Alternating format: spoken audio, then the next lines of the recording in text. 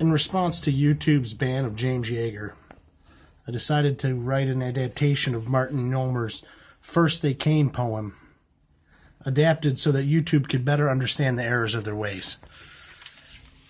First they came for James Yeager, and I did not speak out because I was not pro-James Yeager.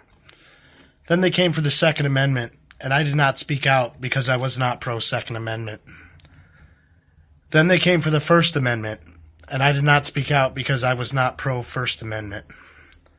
Then they came for YouTube, and there was no one left to speak up for YouTube.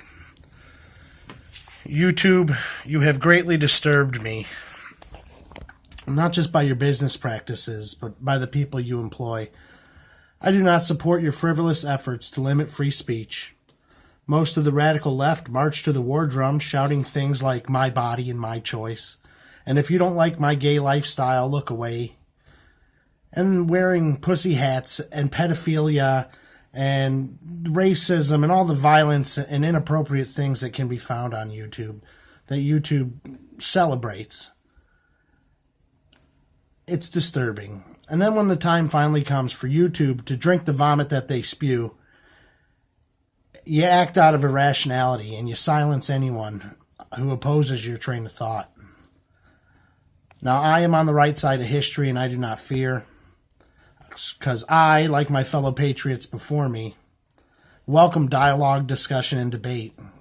Because when you're right, you don't silence your opposition. YouTube has truly become a battlefield of ideas, and you're losing the fight. So you're trying desperately, flailing wildly, and striking without aim. But little do you understand, YouTube, that letting go gets a better grip. YouTube, I humbly implore you to unban James Yeager, as we have not yet begun to fight. This is Tex Renegade signing off. I'll leave you with a George Washington quote before I go. George Washington's quoted as saying, "If freedom of speech is taken away, then dumb and silent we may be led, like sheep to the slaughter.